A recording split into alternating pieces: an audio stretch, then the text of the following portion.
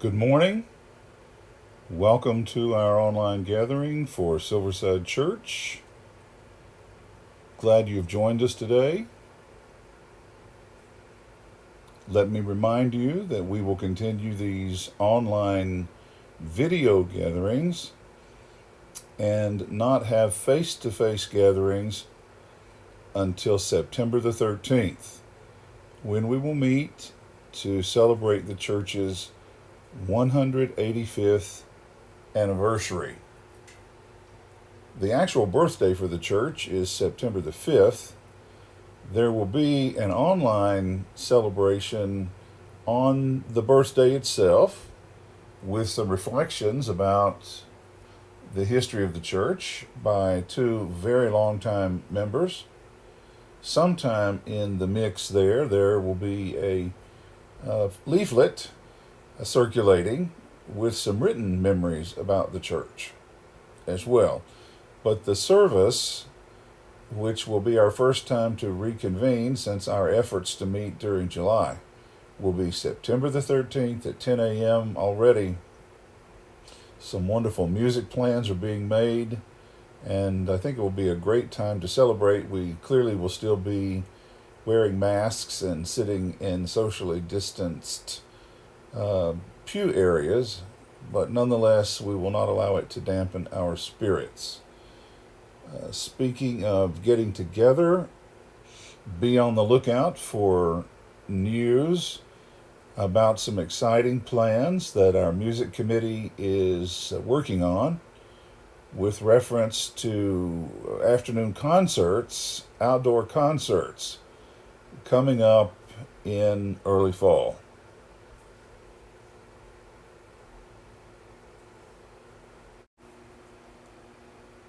There has been a largely unnoticed by most, but radical movement over the last decade during which the spiritual fire has shifted from the more, let's say, stereotypically zealous types to more progressive Christians. And that reality has the potential to change both the political and spiritual landscape in the United States. I had a feeling this was happening, but was shocked during the last many months to note the extent to which the more progressive Christian leaders are speaking out and getting a hearing in their efforts to impact the public square.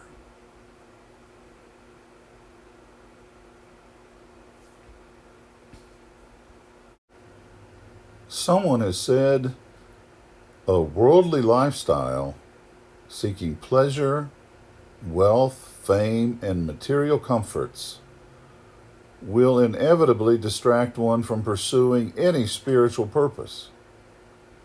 Hence, the aspirant must separate herself or himself from the world or maintain some detachment from it.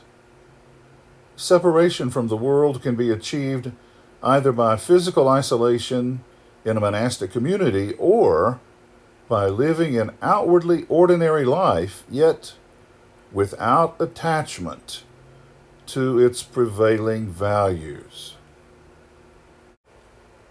Gracious God, we give thanks today, especially for those people, those whom we know personally, those whom we know historically, who intriguingly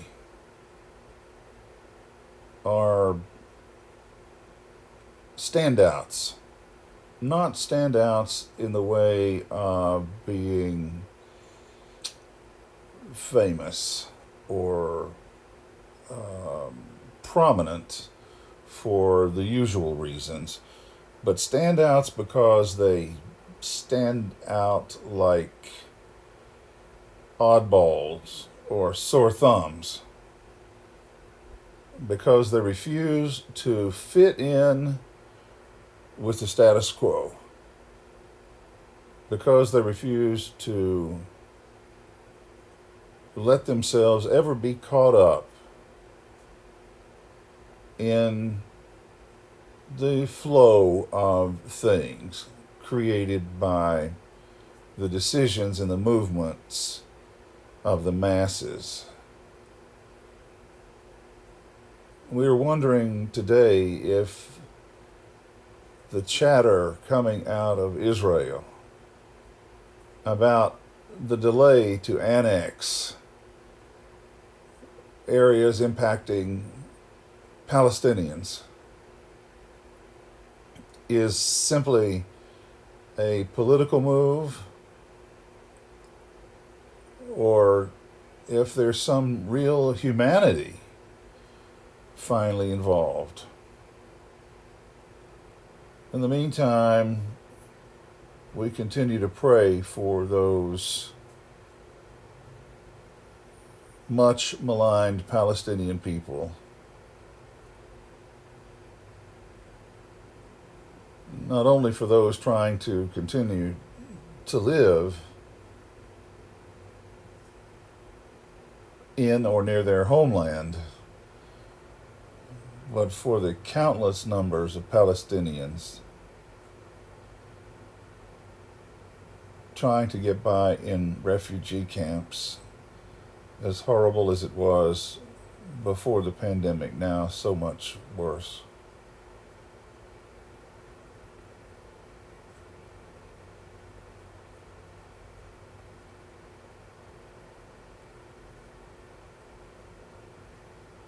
Amen.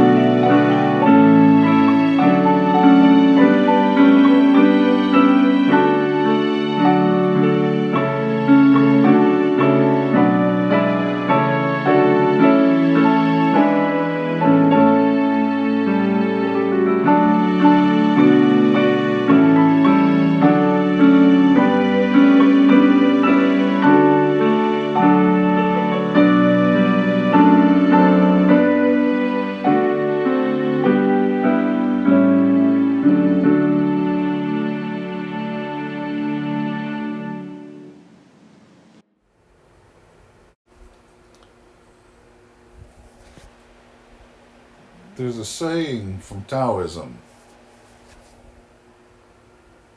the sage patterns herself or himself on heaven, prizes the truth, and does not allow self to be cramped by the vulgar.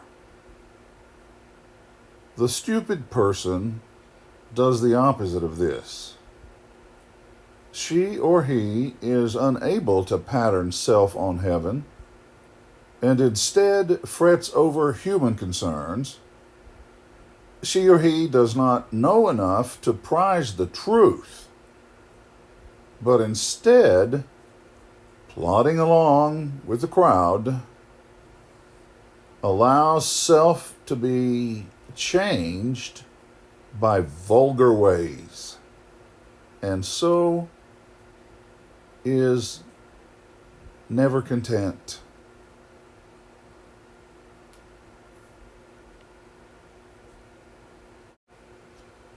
Change is probably going to come, don't you think? Probably going to come about, however hard some may fight against it.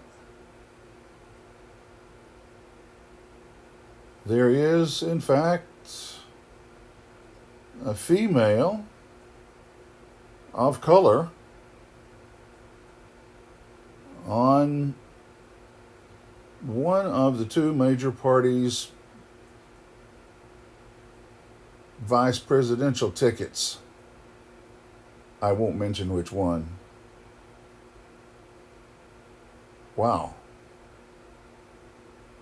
Well, change comes though so many fight against it. We want to be on the side of what is changing for the good, for the right.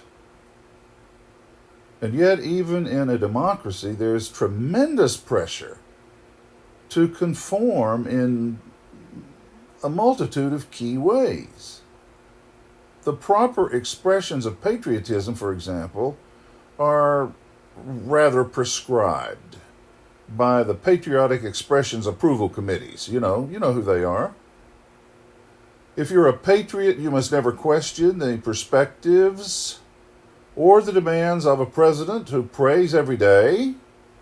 And if you sense that you must speak out against something tearing the nation apart, such as the growing gap between the haves and the have-nots, there are those who still will ostracize you and call you un-American and unchristian. People who are willing to live by the lure of selfless morality will typically look like oddballs and misfits, and not like the status quo keepers. If we always find ourselves on the side of the majority, and if we've trained ourselves never to pay attention when something within us presses us to buck the system, never to see or speak out against the wrong we know exists, never to call injustice what it is in and outside the church, never to demand institutional renewal,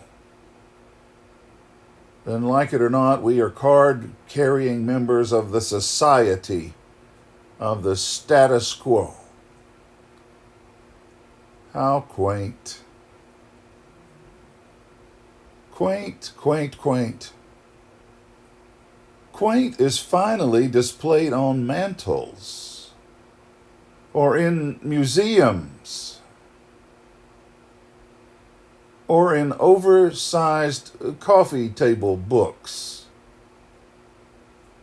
with dust on them.